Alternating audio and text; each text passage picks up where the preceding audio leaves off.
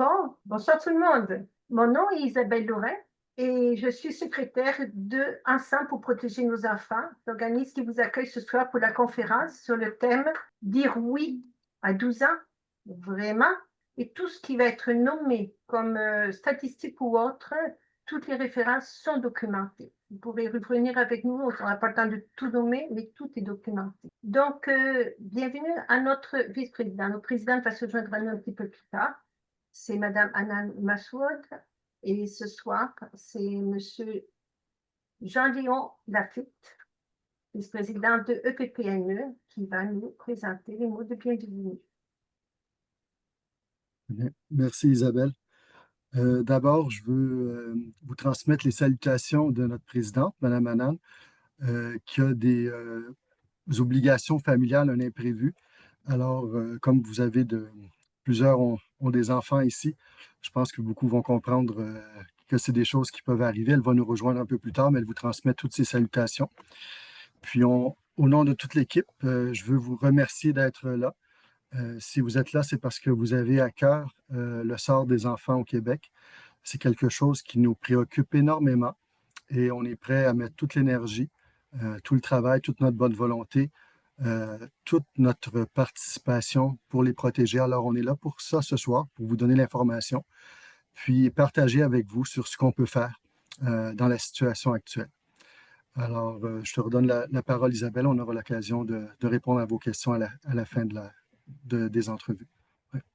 Donc, la présentation suivante va être sous forme d'entrevue entre Monsieur Lucas Magnus, qui est professeur à la retraite d'histoire et de français, Madame Titine Quincy, qui est docteur en droit international, maman de 3 enfants, et Monsieur Jean Léon, aussi papa de 3 enfants, et qui est aussi président de l'Association des parents catholiques du Québec. Donc, Lucas, Titine, Jean Léon, à vous. Merci beaucoup, Isabelle. Merci à tous. Bienvenue à cette session. Alors, je vais commencer par mes deux invités. Bonjour, Monsieur Magnus. Bonjour, Monsieur Lafitte. Pour ceux qui ne vous connaissent pas, pouvez-vous présenter brièvement? Oui. Oui, c'est déjà fait un peu. Donc, c'est moi, Lucas Magnus. Et donc, je suis professeur d'histoire et de français à la retraite, belge d'origine. Je suis depuis 10 ans à Montréal. Et depuis presque un an, je suis membre du conseil d'administration de EPPNE. Merci, Lucas. Moi, c'est Jean-Léon. C'est ça, mon titre principal, c'est vraiment papa de 3 enfants. C'est la raison pour laquelle je suis ici.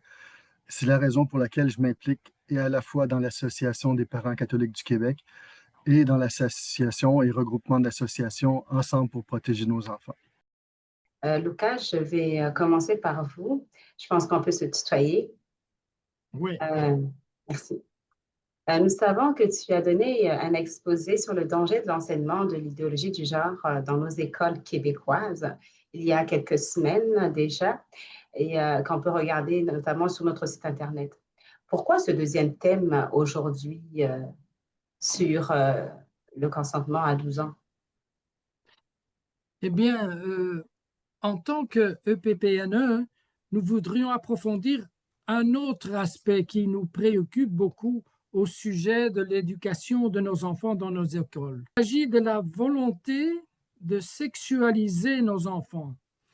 Et nous voudrions expliquer dans ce contexte la manière utilisée pour parvenir à sexualiser les enfants.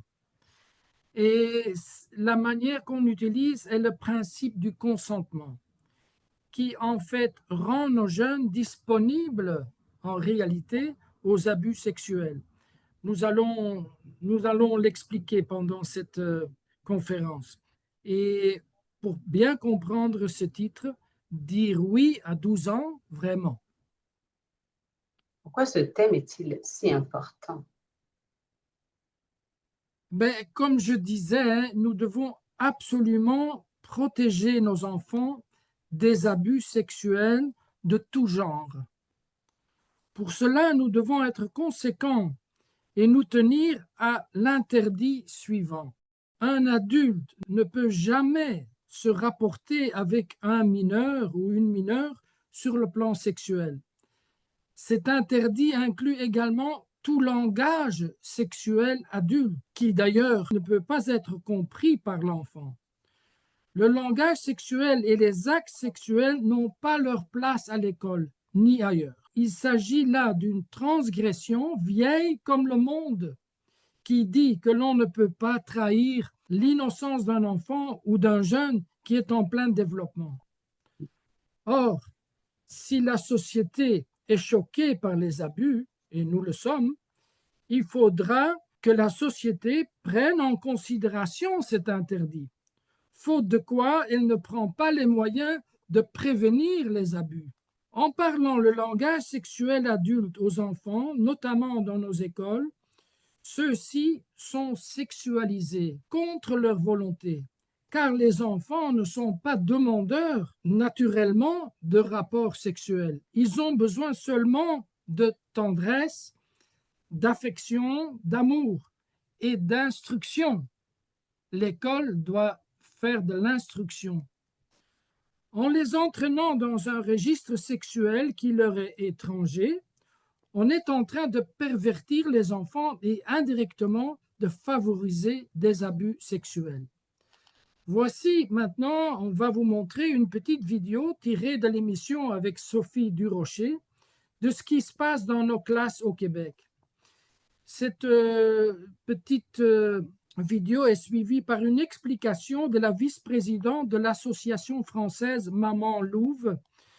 Et dans cette interview, Christelle Cornet explique qu'employer un langage de sexualité adulte à nos enfants dans le cadre scolaire est inapproprié et peut avoir des conséquences graves.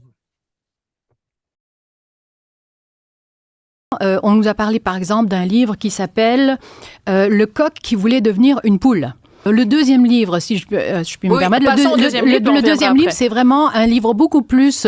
bon, le premier, c'est une fable, mais le deuxième, ça s'appelle « Sexe, ce drôle de mot ». Et c'est un livre qui est supposément pour des enfants de 8 à 12 ans. Et c'est un livre d'éducation sexuelle. Oui, 68, je pense. Eh bien, nous avons un petit garçon qui a une érection au lit, d'accord, on le sait. Et nous avons une petite fille qui se masturbe joyeusement sous un arbre dans ce qui semble être un parc. En réalité, la seule chose qui devrait être expliquée aux enfants, c'est très simple. Ton corps, c'est ton corps. Personne ne doit le toucher.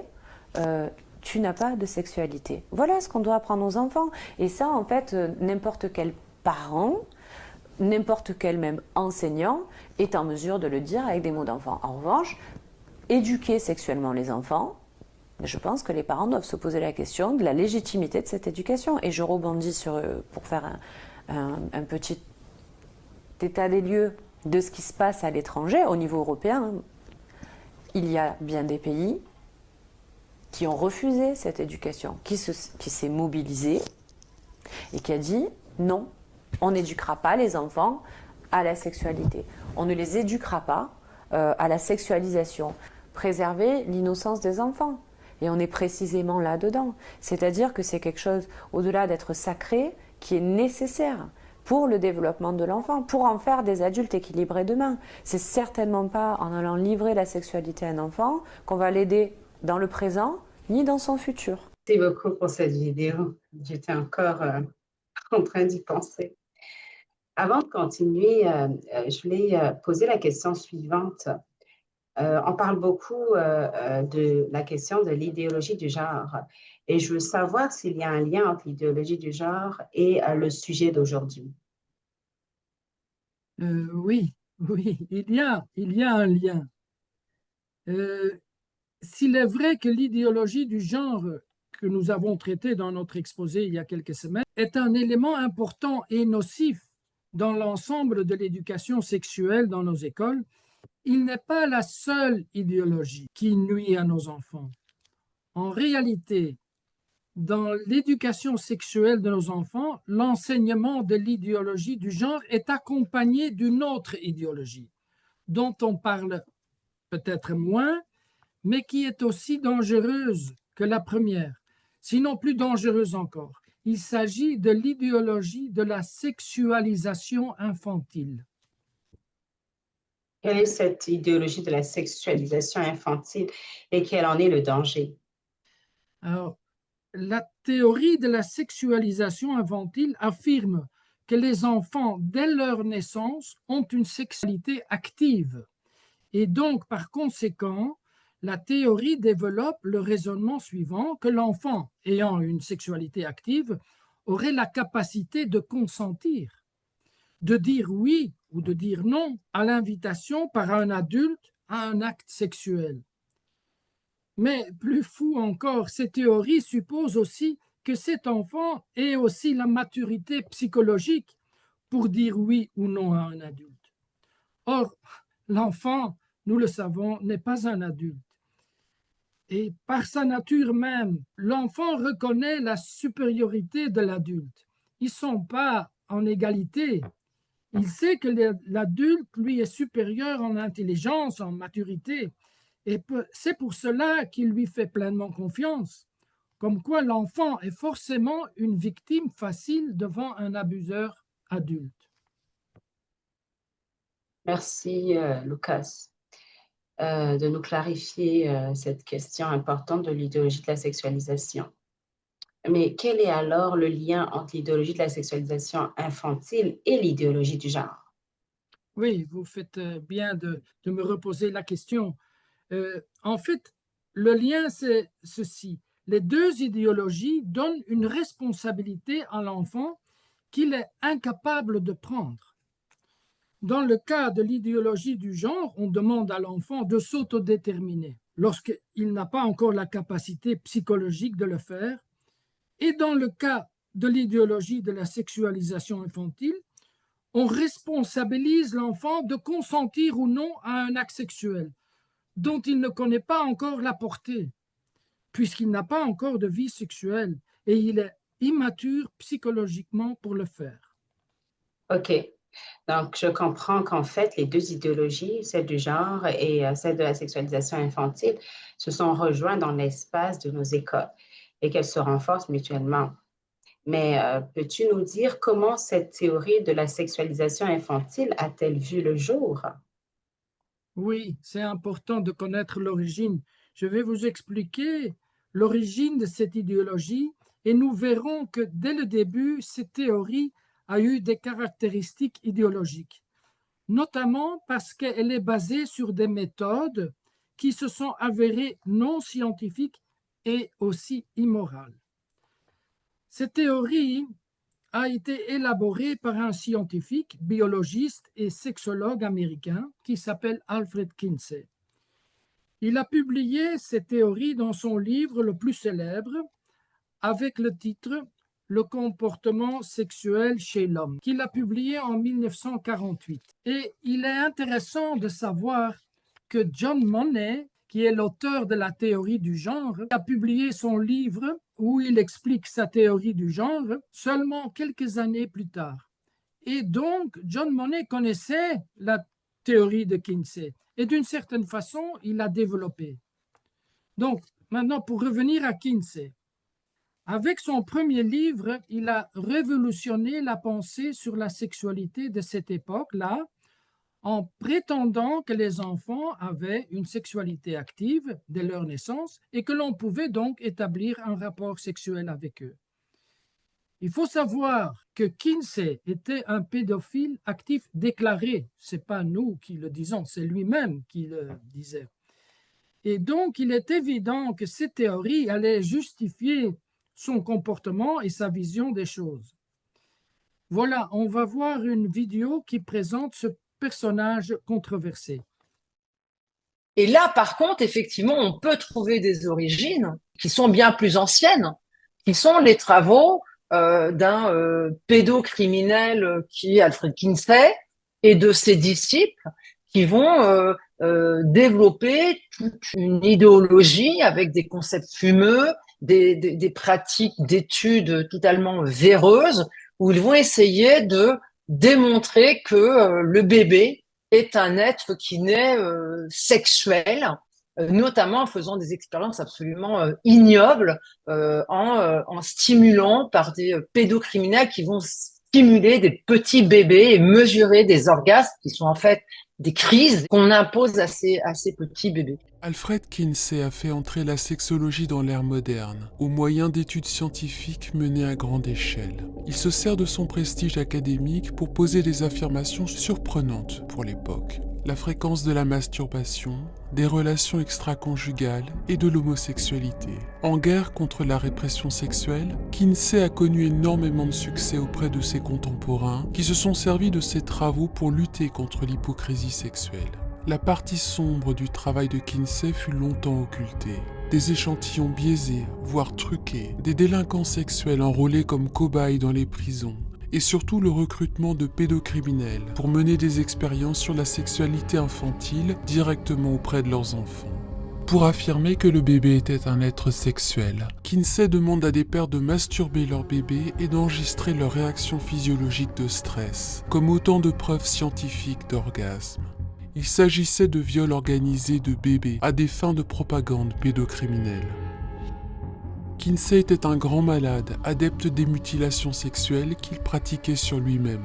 Jeune homme, Kinsey a commencé par s'insérer des objets dans l'urètre, des pailles, des cure-pipes, des crayons, puis des brosses à dents pour se punir de ses pulsions homosexuelles. Ces pratiques l'ont accompagné tout au long de sa vie d'adulte, au point de s'être circoncis lui-même, sans anesthésie.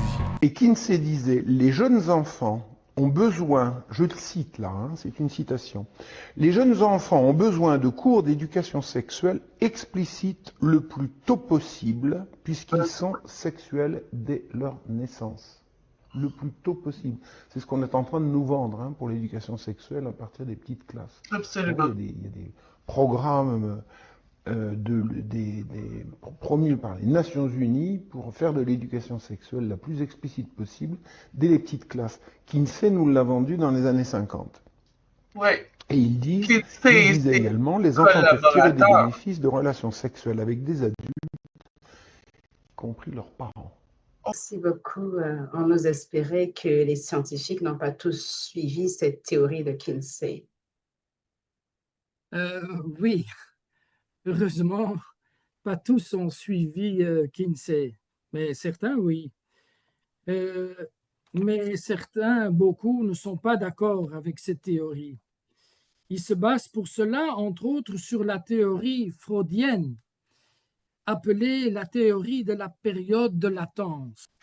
Cette théorie de la latence a été développée par Sigmund Freud et se réfère à une phase spécifique du développement psychosexuel de l'enfant qui se situe généralement entre l'âge de 6 ans et le début de la puberté, environ 11-12 ans. Selon Freud, la période de latence est une phase durant laquelle les pulsions sexuelles et les préoccupations liées à la sexualité deviennent latentes chez l'enfant. C'est-à-dire, latente, ça veut dire moins active. Freud la considère comme une période de relative stabilité sur le plan psychosexuel, marquée par une diminution des intérêts érotiques manifestes et une réorientation de l'énergie psychique, qu'il appelle libido, vers d'autres sphères, telles que l'apprentissage, les relations sociales et le développement cognitif. Cette théorie de la latence est une des raisons pour laquelle de nombreux pédopsychiatres sont d'avis qu'il ne faut pas, à cet âge-là, sexualiser les enfants. Qu'en est-il des programmes d'éducation sexuelle dans nos écoles au Québec? Voilà, oui, on a bien étudié les programmes et voici les extraits du programme du ministère de l'Éducation pour les cours d'éducation à la sexualité. Je vous lirai quelques phrases qui montrent toute l'ampleur qui est donnée à la sexualisation de nos enfants. Alors, Titine, est-ce que je peux vous demander de lire les titres des programmes? Commençons avec l'école primaire pour des enfants de 6 à 8 ans. Illustrer par des exemples concrets comment se vit la sexualité et s'exprime dans sa vie d'enfant. La deuxième phrase pour des enfants de 10 à 12 ans. Développer une meilleure connaissance de soi dans l'expression de sa sexualité d'enfant.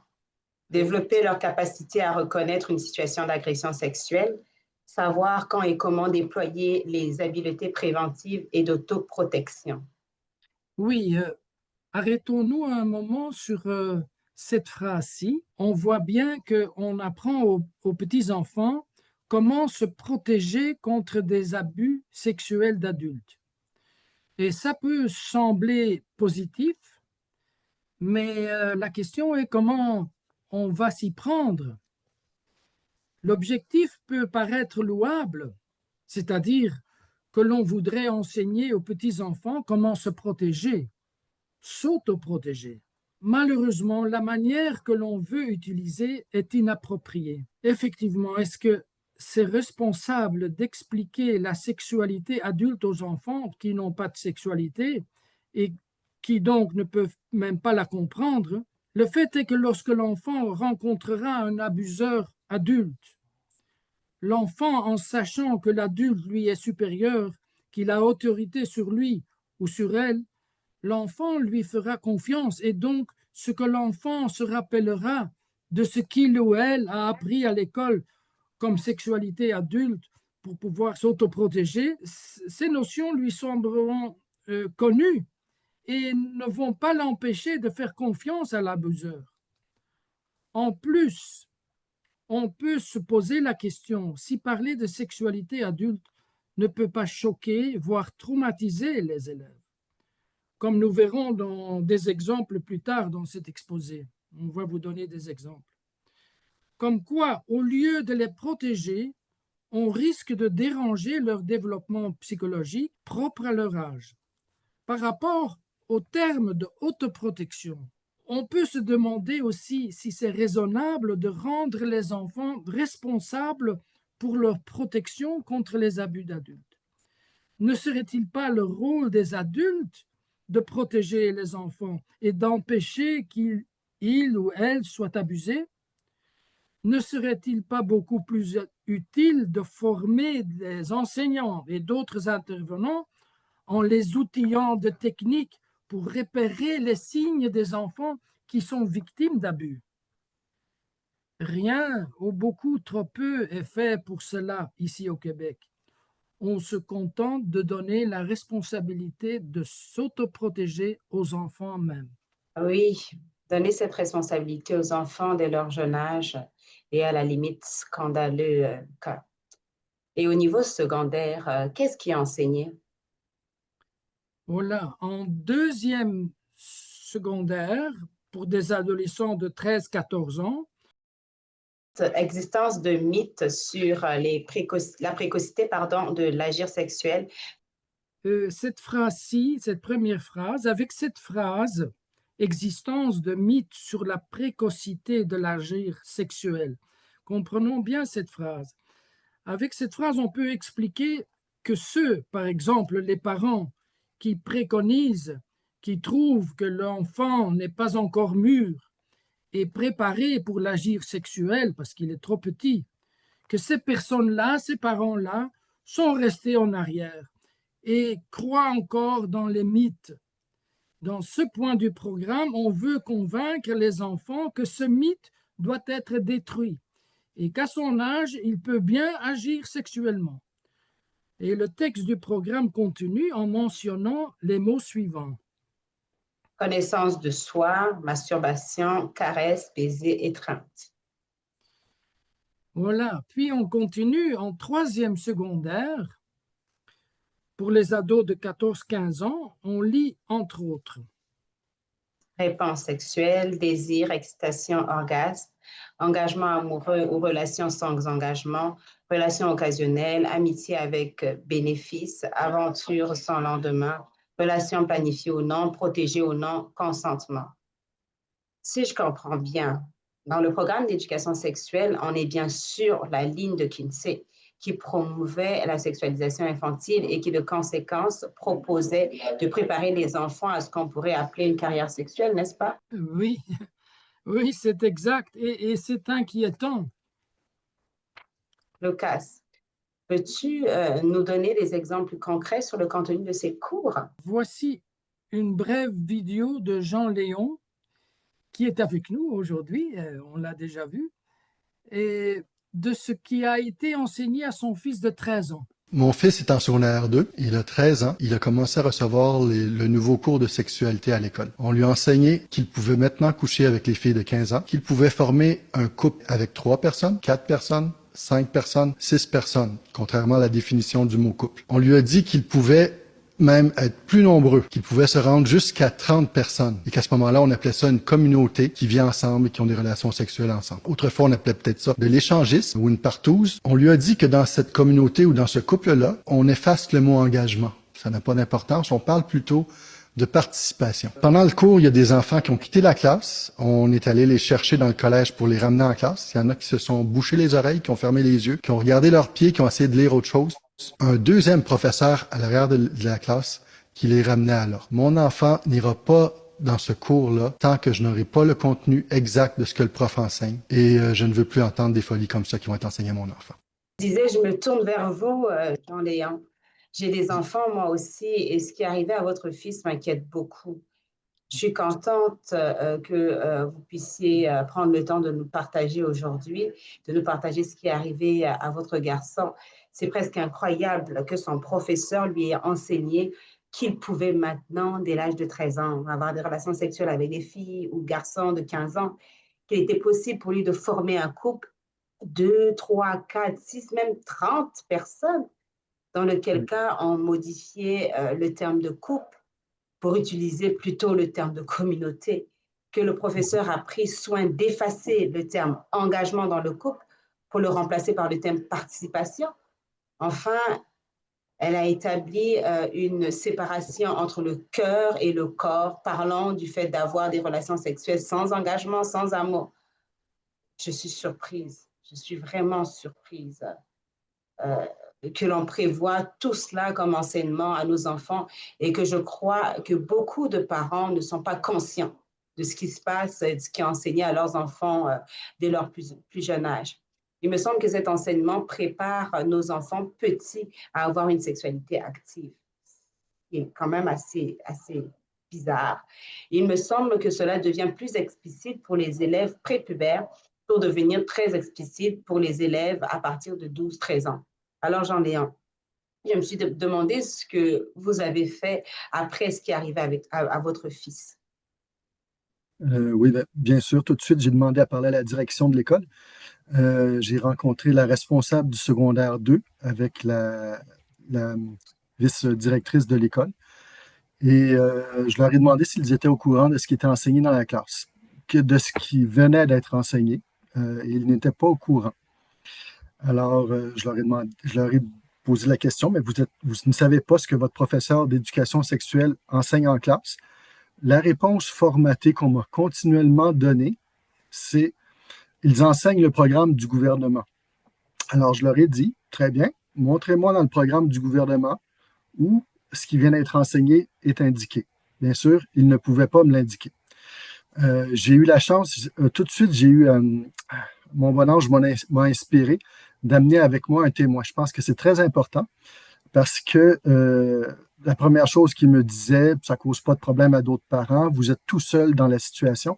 Et très vite, j'ai vu qu'il cherchait, c'était une façon de faire, il voulait m'intimider, mais j'étais avec un témoin qui était là avec moi. Donc, on a discuté, puis je leur ai dit que moi, je voulais avoir le contenu du cours exact, pas le programme résumé sur Internet de ce qui est enseigné par le gouvernement, et que je voulais avoir l'agenda du cours, quand le cours sera enseigné. Dans les deux cas, on m'a refusé. Alors, je leur ai dit, moi, tant que je ne sais pas ce que le professeur enseignait exactement à mon enfant n'ira plus dans ce cours-là. Vous n'enseignerez pas des choses aveuglément comme ça. Vous ne savez même pas ce que le professeur enseigne. Puis moi, je dois admettre qu'un étranger vienne parler de sexualité comme ça à mon enfant. Il n'y en est pas question. Alors, depuis ce temps-là, je retire mon enfant du cours de culture et citoyenneté québécoise, qui est le principal cours dans lequel est donné le cours d'éducation sexuelle. Je viens le chercher, il demeure avec moi dans la voiture le temps, on va faire une activité ou autre, puis je le ramène après la période.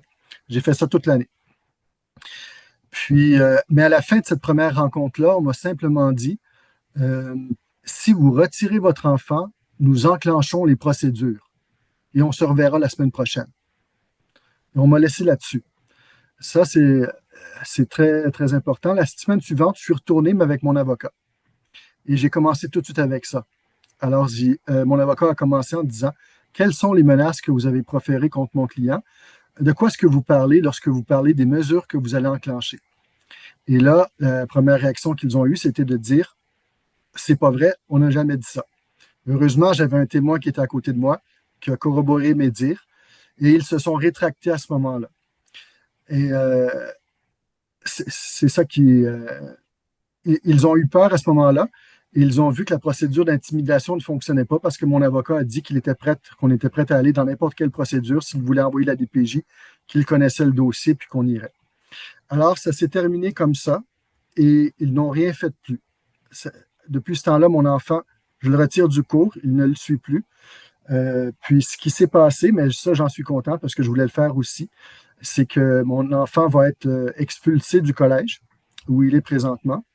Mais j'ai trouvé une meilleure école pour lui. Puis, je le dis parce que quand même, c'est important. Les professeurs ont nominé mon enfant, toutes les classes, tous les professeurs l'ont nominé.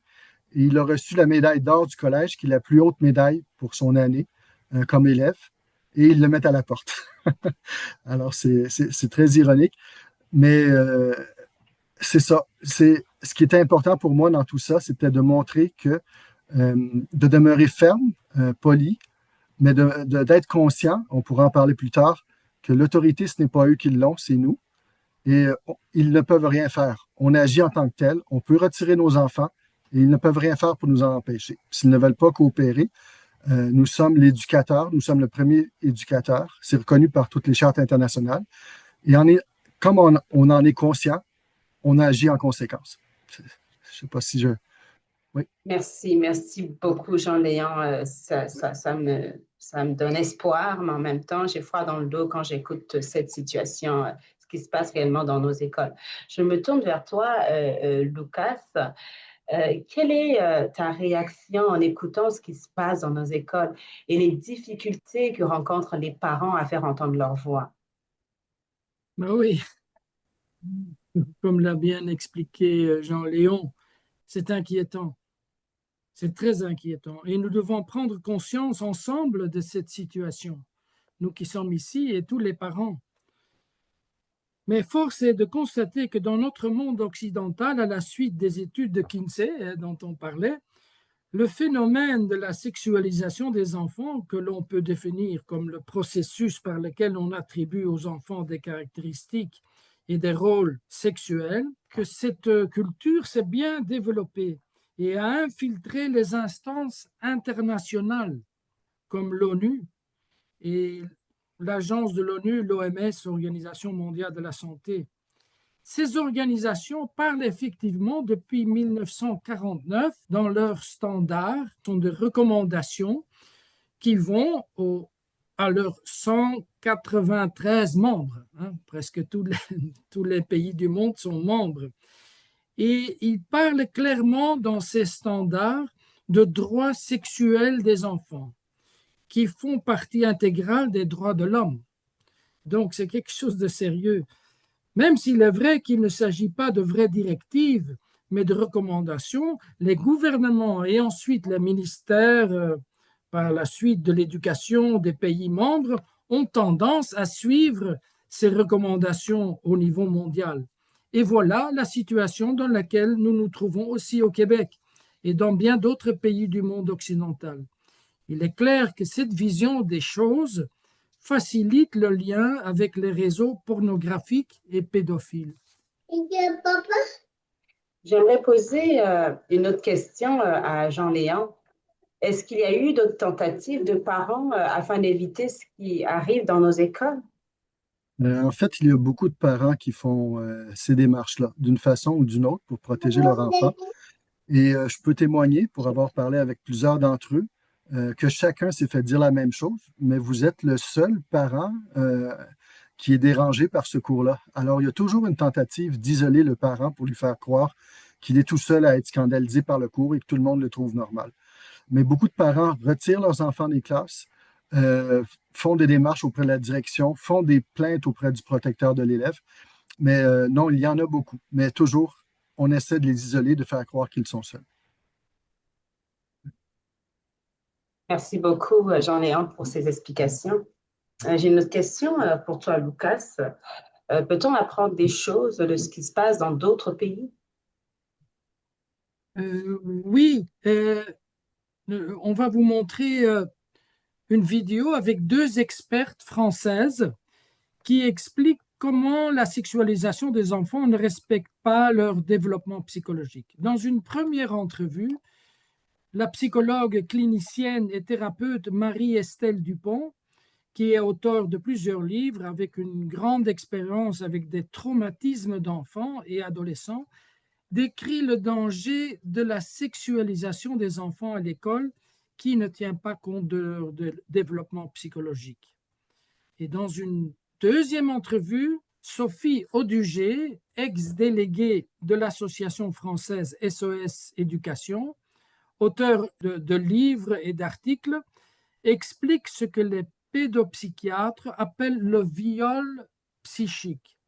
Les 2 expertes sont d'avis que l'éducation sexuelle proprement dite doit être confiée aux parents et que l'école doit s'occuper de l'instruction en laissant l'éducation proprement dite aux parents.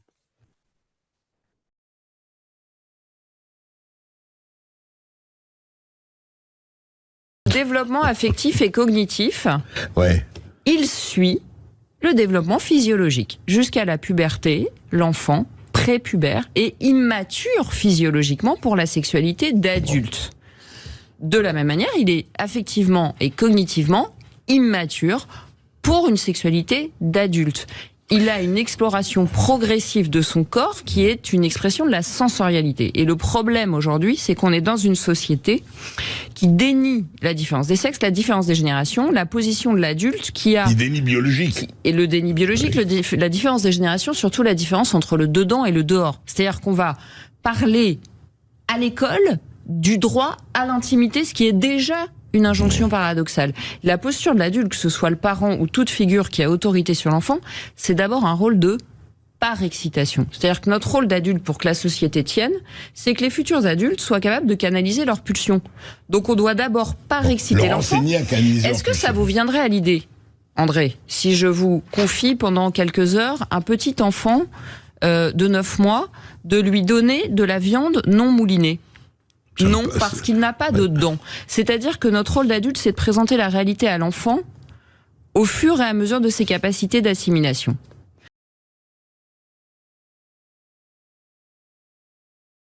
Qu'est-ce que ça veut dire viol psychique? C'est un En terme fait, si qui vous est voulez, fort, c'est un terme qui est utilisé par un certain nombre de pédopsychiatres pour expliquer l'impact traumatique que cela peut avoir sur certains enfants.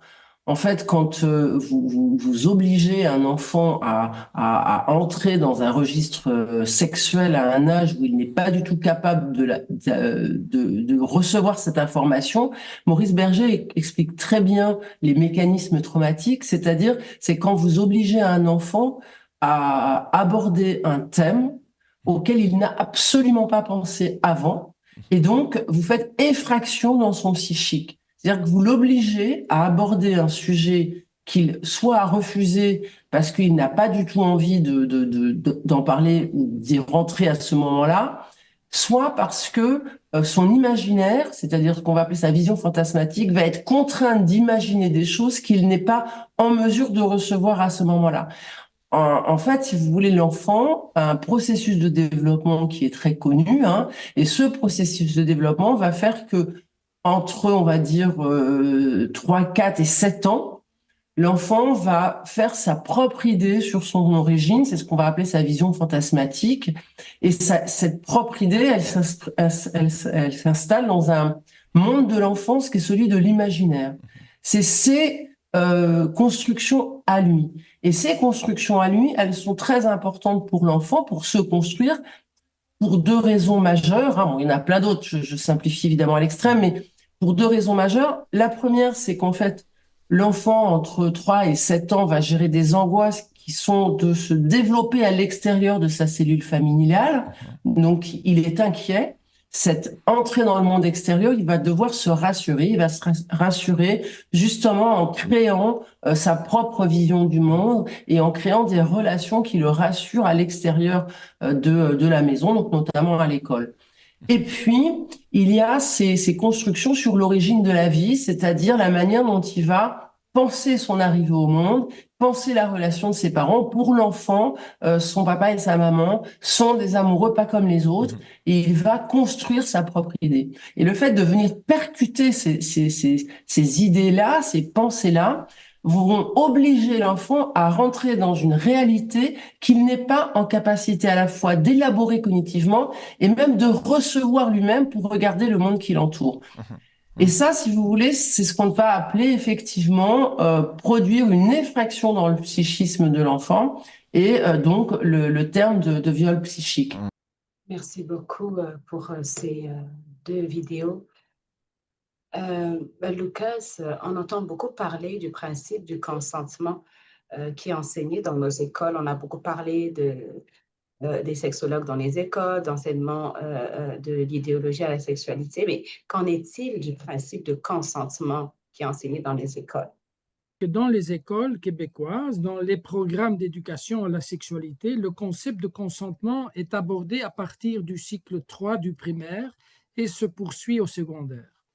On parle plus explicitement du consentement dans les relations amoureuses et amicales dès la première année du secondaire à 11 et 12 ans. Que veut dire consentement dans la sphère sexuelle? Le principe du consentement est simple. Ce concept dit que pour avoir une relation sexuelle, il faut que les 2 parties soient consentantes, c'est-à-dire qu'elles soient d'accord avec le rapport sexuel qui va avoir lieu. Mais en même temps, ce concept est complexe, car comment comprendre qu'il y a consentement? Est-ce que c'est par des mots ou bien est-ce qu'on consent par un geste, une attitude? Est-ce qu'un sourire suffit pour consentir? Dans des rapports qui sont basés sur l'affectivité et surtout quand c'est des rapports avec des mineurs, avec des enfants, tout peut facilement être mal interprété. OK. Je comprends maintenant que dans la pratique, donner son consentement n'est pas si simple. Mais peux-tu nous expliquer davantage sur le danger de l'enseignement de ce principe? Oui, le problème de l'enseignement du concept de consentement réside dans le fait que le concept peut être interprété d'une manière ambiguë. D'une part, il est clair que parler de consentement aux enfants peut être utile et même nécessaire pour prévenir l'enfant ou l'adolescent contre toute tentative d'attouchement ou d'acte sexuel de la part d'autres personnes. En bref, l'enfant doit être averti contre toute tentative de pédophilie. L'enfant ou l'adolescent doit comprendre l'interdit total de toute intrusion d'adultes au niveau sexuel dans sa vie. En fait, au lieu du principe du consentement, il faudrait enseigner le principe du non-consentement. Mais ce n'est pas ce qui est enseigné dans nos écoles. Car là, on parle de consentement dans le sens que l'enfant pourrait décider de consentir, oui ou non, à une tentative d'abus. C'est fou. Avec ce concept, nous mettons donc nos enfants en grand danger et au lieu de les protéger contre les abus, ce qui serait le but du principe du consentement, on va favoriser en fait la possibilité de l'abus sexuel, puisqu'il amène les élèves à penser que s'il y a consentement des 2 côtés, si lui il consent, alors tout est permis. C'est là que le concept s'avère très dangereux pour le jeune, car il pourra facilement tomber dans le piège des mauvaises intentions de la part d'un pédophile adulte. Étant donné que l'enfant n'a pas encore une vie sexuelle active et que l'adolescent, lui, est encore en plein développement physique, psychologique et affectif par rapport à sa propre sexualité, le jeune en face d'un adulte pédophile, que ce soit un membre de sa famille ou autre, est dans la position d'accorder une confiance presque totale vis-à-vis de ce qu'un adulte ami ou en position d'autorité lui propose. Le ou la mineure, devant l'invitation d'un adulte à passer à des actes sexuels, n'ayant pas encore une sexualité active, est ignorant de ce qui va se passer.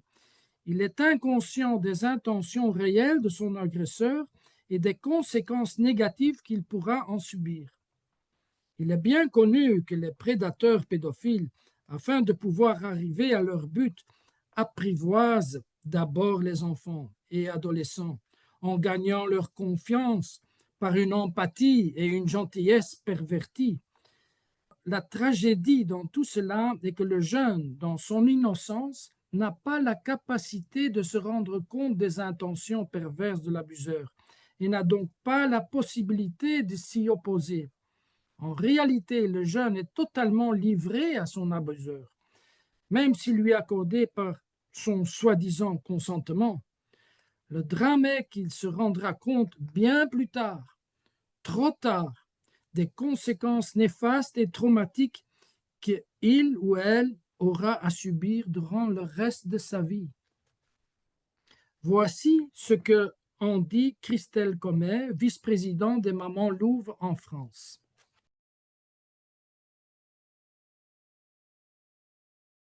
On a inventé cette idée folle que de faire des cours d'éducation à la sexualité. On est en train de former les enfants au sexe et non pas permettre aux enfants de lutter contre les violences sexuelles et sexistes, parce que c'est ça à la base. Il faut savoir que tout ça est à travers le cadre d'un programme de santé qui émane de l'OMS, donc on est sur quelque chose de mondial.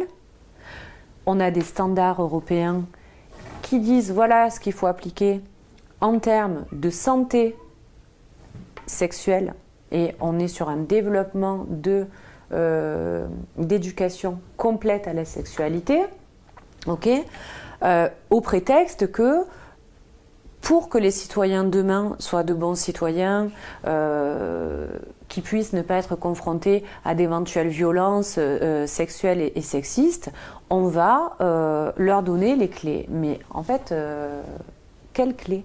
Parce que les enfants n'ont pas à avoir de droits sexuels. Les enfants ne sont pas encore dans la sexualité, ils ne sont pas d'ailleurs équipés psychiquement, mais c'est tant est que ça semble fou de devoir le justifier. Un enfant n'a pas de sexualité. En revanche, on vient nous dire oui, mais les enfants, il faut quand même les protéger. Mais est-ce qu'on va les protéger, encore une fois, en leur donnant accès à de la sexualité adulte, en leur expliquer la fellation, ce qu'est la sodomie?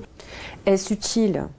Parce que c'est important, il s'agit de leurs enfants, et une fois qu'on les effracte, on ne revient pas en arrière. Il y a des conséquences traumatiques. Est-ce qu'on a besoin de livrer la sexualité adulte à des enfants pour les protéger censément des violences sexuelles? Un enfant, il naît avec des jambes, pour autant, il ne sait pas marcher dès qu'il sort du ventre de sa mère. Et c'est valable aussi pour la sexualité, c'est-à-dire que l'enfant naît avec un sexe, mais qui n'a pas la même fonction que lorsque l'on est adulte. Et ce qu'on est en train de dire, c'est que, au prétexte qu'ils sont, vous le disiez justement tout à l'heure, confrontés de plus en plus tôt à de la pornographie, confrontés à l'extérieur à des pédocriminels. Et ce n'est pas parce qu'on va leur expliquer la sexualité adulte qu'on va les protéger. Au contraire, on est en train de banaliser, de normaliser la sexualité adulte alors qu'ils ne sont pas capables déjà de la comprendre. Donc un enfant à qui on va expliquer qu'on peut faire ce genre de choses, il va falloir nous expliquer demain s'il est confronté à un pédocriminel, comment il fait pour savoir, alors que sa maîtresse ou que l'infirmière lui a dit qu'on pouvait pratiquer la sodomie, qu'on pouvait pratiquer telle ou telle chose. Comment il fait pour savoir si l'adulte qui est en face de lui, en plus c'est pas tous des gens déguisés avec des manteaux noirs comme on peut l'imaginer, les pédocriminels ils installent un climat de confiance avec les enfants. On les a à la sympathie, avec leur environnement d'enfant. Donc comment on va les aider, clairement, à lutter contre ces gens, à leur expliquer ce qu'est le consentement? Il n'y a pas de consentement chez l'enfant, il n'y a pas de droit sexuel chez l'enfant, il n'y a pas de sexualité. C'est ça qu'il faut dire aux parents. Cette vidéo nous fait bien comprendre le danger pour nos enfants vis-à-vis d'un adulte prédateur. Mais si j'ai bien compris, le consentement joue aussi dans les rapports entre adolescents, n'est-ce pas? Jean-Léon, nous avons regardé avec stupeur ce que l'enseignant de votre fils enseignait par rapport aux rapports sexuels. Que pouvez-vous nous dire encore sur le danger du consentement? Avant de traiter la question du danger du consentement, je voudrais juste revenir sur l'histoire de mon fils parce que dans ce qui a été dit, c'est exactement ça ce qui s'est passé. Quand mon fils m'a raconté ce qu'on lui avait dit en classe, il m'a dit, Papa, je suis choqué, mais au sens d'être sous le choc. Il n'avait jamais imaginé ces histoires de couple à 6 personnes, ni non plus n'avait imaginé une communauté de vie sexuelle à 30 personnes qui correspond à sa classe, quoi. En fait, puis là, c'est ça, j'ai commencé à lui parler à ce moment-là. Exactement, j'ai dit le contraire de ce que le professeur disait. L'importance, combien c'est important et c'est beau de ne pas séparer son cœur de son corps, que c'est un don de sa personne qu'il fait et que c'est pour ça qu'il faut se préparer à ce don-là et en prendre toute la mesure. Puis pour ça, c'est ça, il n'est pas prêt à son âge à vivre ça. Je lui ai expliqué la relation sexuelle comme 2 feuilles de papier qui se collent l'une à l'autre avec une colle très forte. Puis c'est ça que fait la relation sexuelle, ça va te souder et c'est bien que ça te soude comme ça. Contrairement à ce que disait le professeur, c'est très mauvais si tu es séparé de ton corps est séparé de ton corps et que tu vis de multiples expériences sexuelles. On connaît des jeunes maintenant, ils ont ce qu'ils appellent des fucking friends ou c'est seulement pour des activités sexuelles. Et ces jeunes-là qui ont vécu des choses comme ça, en ce moment, beaucoup, vivent très bien célibataires parce qu'ils ont perdu une sorte de capacité d'aimer et d'émerveillement par rapport à la vie sexuelle et la beauté de la sexualité. Alors, on leur a brisé quelque chose qui est un cadeau merveilleux et une expérience merveilleuse qu'ils pouvaient vivre dans un couple à construire. On les a plutôt orientés vers ce qu'ils appellent, et j'ai entendu des professeurs de sexualité appeler ça comme ça, une carrière sexuelle.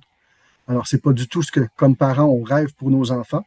Et c'est pas ce qu'ils rêvent, eux non plus, dans leur enfance. Ils veulent fonder une famille. Alors, c'est un peu ça. Je voulais le préparer plutôt pour contrer un peu cette approche-là. Puis lui dire justement, non, on va te préparer à vivre un vrai don de toi dans un engagement qui va te protéger vraiment et va protéger l'autre. C'est justement ça. On ne peut pas avoir d'amour sans responsabilité. Puis à cet âge-là, ils ne peuvent pas être responsables, ils ne savent pas c'est quoi la vie, ils ne peuvent pas prendre soin de l'autre. Alors, ils ne sont pas prêts à avoir une vie sexuelle comme ce qu'on veut leur faire croire qu'ils peuvent vivre. Alors, c'est tout ça. Alors, pour la question du consentement, on peut dire que le consentement, ça banalise l'acte sexuel, puis ça présente les relations sexuelles seulement sous l'angle du plaisir, puis sans considérer l'aspect d'un acte conscient qui engage une responsabilité pour soi-même et pour l'autre. C'est ça, c'est vraiment quelque chose d'irresponsable de la façon dont c'est présenté. Quand le jeune est en train de découvrir sa personnalité, il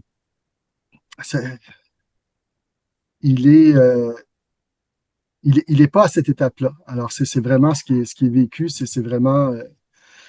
c'est quelque chose de dommageable pour lui. Je ne sais pas comment je pourrais le dire autrement, mais c'est vraiment ça. Alors, on veut qu'il prenne le temps de mûrir, de devenir un adulte responsable. Et à ce moment-là, il sera capable d'avoir une vraie relation avec une personne où il va y avoir amour et responsabilité.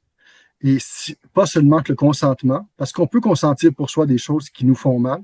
Puis à cet âge-là, que ce soit l'un ou l'autre, ils ne sont pas conscients de ce qu'ils vont faire, puis il y a toujours des perdants.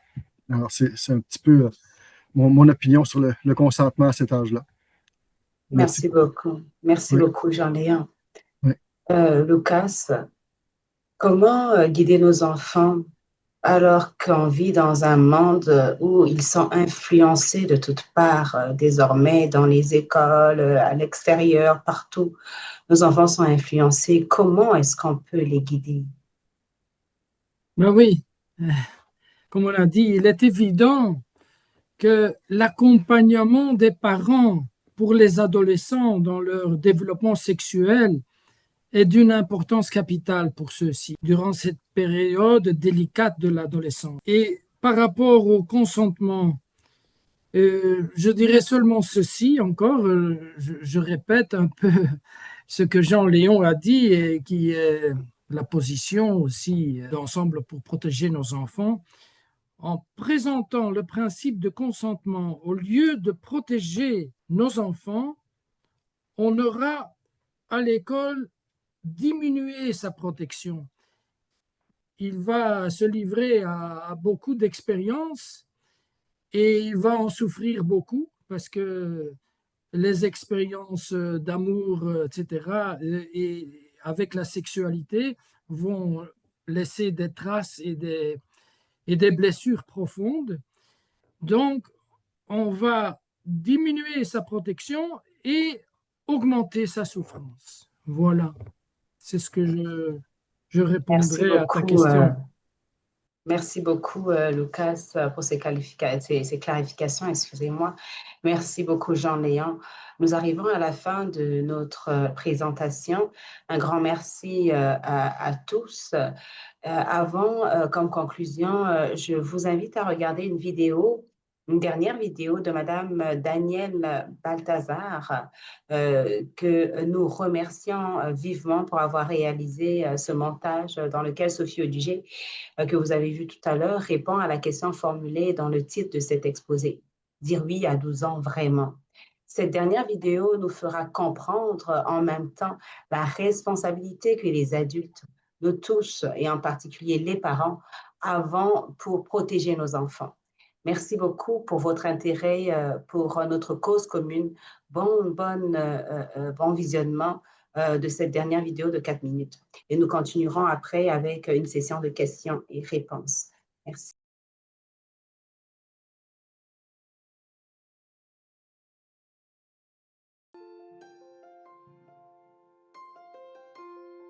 On est très clair, et je reviens justement par rapport à votre question sur le consentement, c'est-à-dire que nous, on considère que l'enfant n'a pas à consentir. Un enfant ne peut pas dire oui, parce qu'en fait, c'est non automatiquement. L'enfant n'ayant pas de sexualité, il ne peut pas y avoir de notion de consentement. Absolument. Pour nous, on considère que c'est un mythe du consentement qui met en danger les enfants et qu'on doit, au contraire, apprendre à l'enfant parce que c'est important pour lui que son corps lui appartient, que personne n'a à le toucher, que personne ne peut lui demander de le toucher et qu'il n'a pas à consentir parce qu'il est un enfant immature, qui est petit, qui est vulnérable et qui ne peut pas se protéger.